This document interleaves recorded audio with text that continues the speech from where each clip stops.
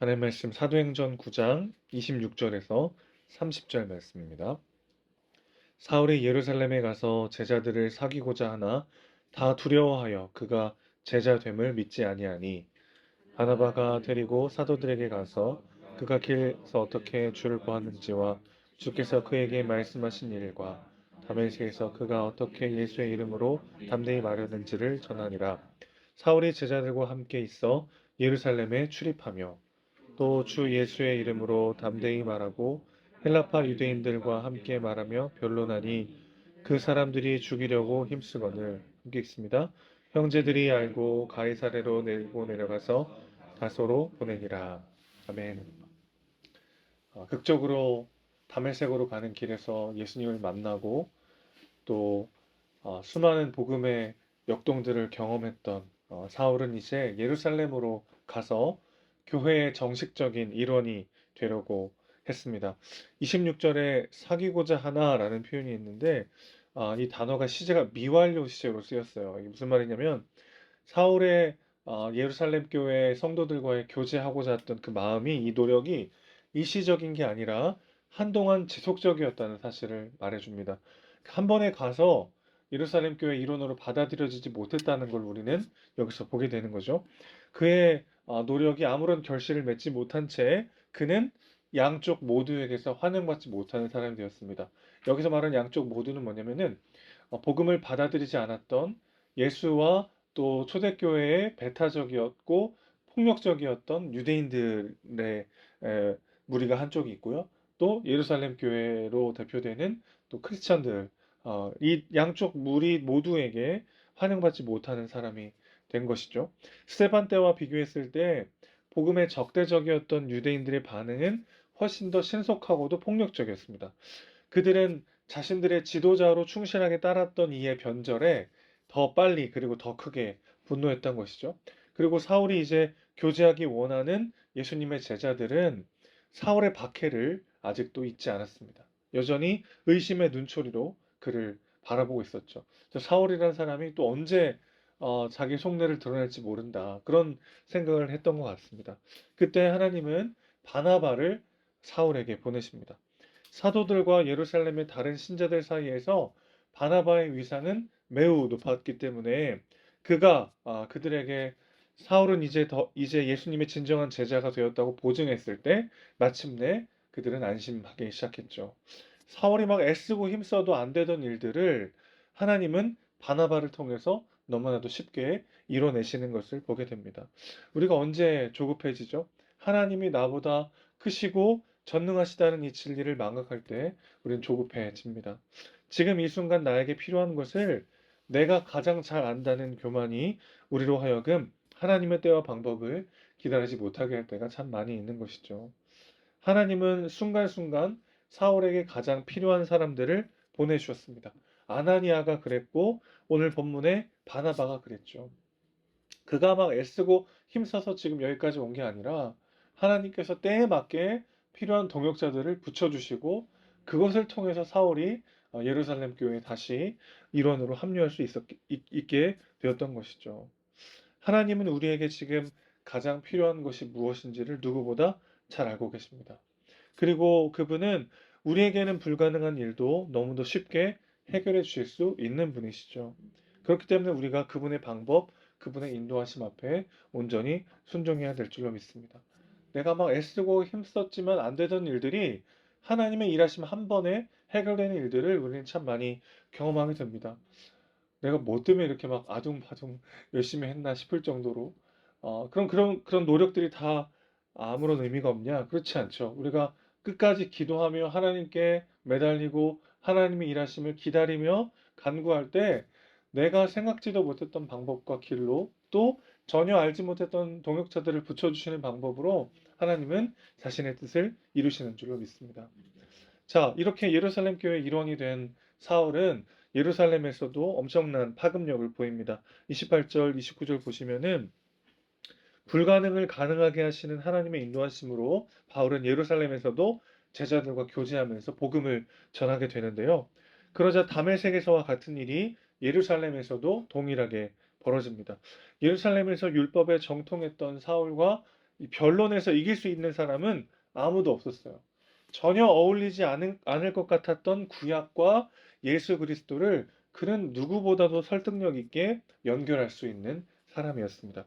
지금이야 뭐 많은 훌륭한 구약학자들이 구약 안에서의 예수 그리스도와 복음, 그 메시아의 언약적 흐름을 잘 많이 이렇게 논증해 놓고 변증해 놓고 많이 이렇게 드러냈기 때문에 지금은 우리는 구약을 읽으면서도 예수님을 떠올리는 게 그렇게 어렵지 않아요. 그렇죠? 오히려 구약에서도 신약에서도 예수 그리스도를 우리가 묵상하고 그 안에 담긴 메시지가 우리에게 주신 약속임을 우리는 늘 누리고 있지 않습니까? 그렇지만 이 당시만 해도 구약에서 예수 그리스도를 발견하고 예수 그리스도를 연결하고 구약이 예언했던 메시아가 곧 예수 그리스도였다는 것을 아는 사람은 많지 않았죠. 그러나 누구보다 율법과 구약의 말씀에 정통했던 탁월한 구약학자였던 바울로 인해서 그 안에 담긴 풍성한 예수 그리스도에 대한 예언과 연결성이 드러나기 시작했습니다. 그래서 유대인들은 너무나도 당황했어요. 결국 또다시 사울을 죽이려고 시도합니다. 그렇게 사울의 예루살렘에서의 사역이 절정으로 치닫던 바로 그때 하나님은 사울에게 또다시 기다림의 시간을 주시죠. 30절 말씀 보실까요? 형제들이 알고 가이사랴로 데리고 내려가서 어디로 보냅니까? 다소로 보냅니다. 자, 다소에서 사울은 소아시아 선교를 위한 훈련을 받게 됩니다. 여기서 다소에서 한동안 머물게 되는데 한동안이라고 말하기가 좀 민망할 정도예요. 거의 10년 동안을 다소에서 머물게 됩니다. 이 유능하고 탁월한 사람을 하나님은 또 왜 10년 동안 썩혀 두셨을까? 그런 마음이 들 수 있죠. 하지만 하나님은 사울을 썩혀 두신 것이 아니라 더 큰 사역의 자리를 감당하기 위해서 훈련시키셨다고 볼 수 있습니다. 이 다소라고 하는 이 지역은요, 사울이 이방 세계를 위한 전도자로 훈련받기에 최적의 장소였습니다. 다소는 이 소아시아 지역의 아테네로 불릴 만큼 헬라 철학이 발달했던 도시였어요. 또 바울이 이방 문화권에서 전혀 부담 없이 복음을 전할 수 있었던 이유는 그가 헬라적 사고와 문화에 익숙했기 때문이었습니다. 자신의 고향이기도 한 다소에서 다시 10여 년의 시간을 보내면서 복음을 이방인들의 문화와 언어로 전달할 수 있는 사람으로 바울은 훈련받았던 거죠. 그러니까 그는 구약에 정통했던 사람이기 때문에 구약과 예수 그리스도를 연결할 수 있는 사람이었고 또 다소에서 오랫동안 지내면서 그것을 훈련받으면서 헬라 문화권, 이방 문화권과 또 이 복음을 연결할 수 있는 사람으로 훈련받았다는 것입니다. 또한 다소에서 가장 유명한 업종이 텐트 메이킹이었어요. 이게 왜 중요합니까? 다소에서 배운 텐트 제작 기술로 사울은 자비량으로 선교를 감당할 수 있었습니다. 텐트 제작 기술을 배운 것은 그가 그토록 넓은 지역을 자유롭게 사역할 수 있었던 밑바탕이 되는 것이죠. 그리고 그 일을 하면서 일생 최고의 동역자 브리스길라와 아굴라 부부를 만나게 됩니다.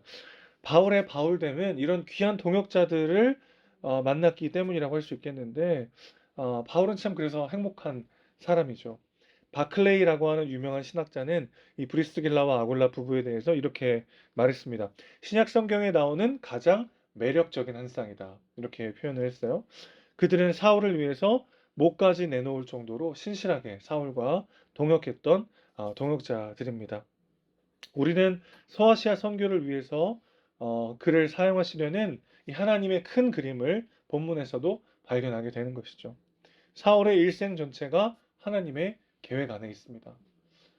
사울은 그렇고 나는 상관없는 이야기가 아니라 오늘 우리에게 주신 말씀이죠.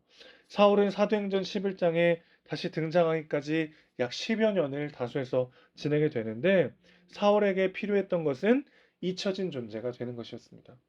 사울은 탁월한 사람이죠. 천성적으로 드러나길 좋아하는 사람이고 어디 가나 드러나는 사람이었어요. 그래서 또다시 사울에게 가장 필요했던 것은 자신의 힘을 빼고 하나님을 의지하는 광야의 시간이었습니다. 잊혀지고 다듬어지는 고난의 시간을 통해서 사울은 가장 하나님 쓰시기 합당한 사람으로 빚어져 갔던 것이죠. 오늘 우리의 삶을 인도하시는 하나님의 방식도 이와 같습니다. 우리를 통해 이루기 원하시는 하나님의 영광과 뜻이 우리가 얼마나 큰지 우리는 다 알 수 없지만 하나님은 우리의 삶을 붙잡고 사용하시는 줄로 믿습니다. 하나님은 우리에게 언제나 가장 필요한 것을 주십니다. 그것이 기다림일 수도 있고 고난일 수도 있어요. 그러나 우리는 우리를 죽기까지 사랑하시고 전능하신 그분이 우리의 삶을 가장 좋은 길로 인도하고 계시다는 믿음으로 오늘 하루를 걸어가야 될 줄로 믿습니다. 바울의 위대한 사도로 쓰임받기 이전에 숱한 어떤 광야의 시간들을 우리는 며칠 동안 살펴봤습니다. 이 인도하심의 방식을 이렇게 보면서 하나님이 이렇게 바울과 같은 위대한 사도만 이렇게 사용하시고 인도하시는 것이 아니라 오늘 예수 그리스도의 은혜로 하나 된 우리도 그런 방식으로 인도하고 계시다는 것을 믿음의 눈으로 바라보는 우리가 되길 소망합니다. 하나님이 우리의 삶 속에 가장 필요한 것을 언제나 가장 좋은 때에 좋은 방법으로 주십니다. 그분을 끝까지 신뢰하고 의지하며 기도하기를 쉬지 않고 그렇게 주님과 동행함으로 하나님의 위대하신 뜻과 영광을 함께 이뤄내는 우리 모두가 되시기를 주님의 이름으로 축원합니다. 하나님 아버지, 우리의 삶을 내 기준, 내 생각, 내 판단대로 해석하지 않게 하시고 내 삶 가운데 찾아오셔서 하나님의 선하고 완전한 뜻을 이루실 하나님을 기대하며 믿음의 눈으로 오늘 하루의 삶을 살아낼 수 있도록 주여 붙잡아 주시옵소서. 내가 원하는 때에 내가 원하는 방법으로 나의 삶이 흘러가지 않을 때 오히려 기대하게 하시고 하나님께서 나의 삶을 어디로 이끄시는지 하나님께서 함께하게 하시는 동역자들이 누구인지 눈을 들어 바라보며 그렇게 합력하여 선을 이루시는 하나님의 일하심을 함께 누리고 함께 합력하여 선을 이뤄가는 우리 삶이 될 수 있도록 주여 붙잡아 주시옵소서. 우리 사랑이시고 주인이신 예수님의 이름으로 기도합니다. 아멘.